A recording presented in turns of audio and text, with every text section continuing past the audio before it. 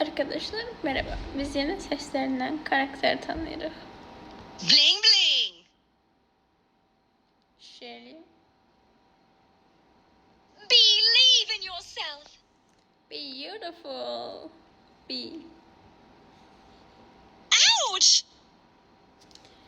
Məncə Amber'ın belə bir səsi yoxdur. Bu qızı da ki, məndə bu karakter yoxdur deyə bilmirəm. Dəqiq ama bunu seçəcəm. Amber imiş.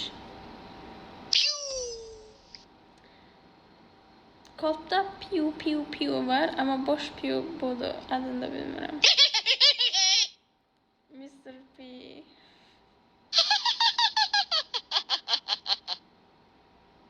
Piper. Zəhləm gedir Piper'dan. Task completed. Sprout. Well done. 8-bit.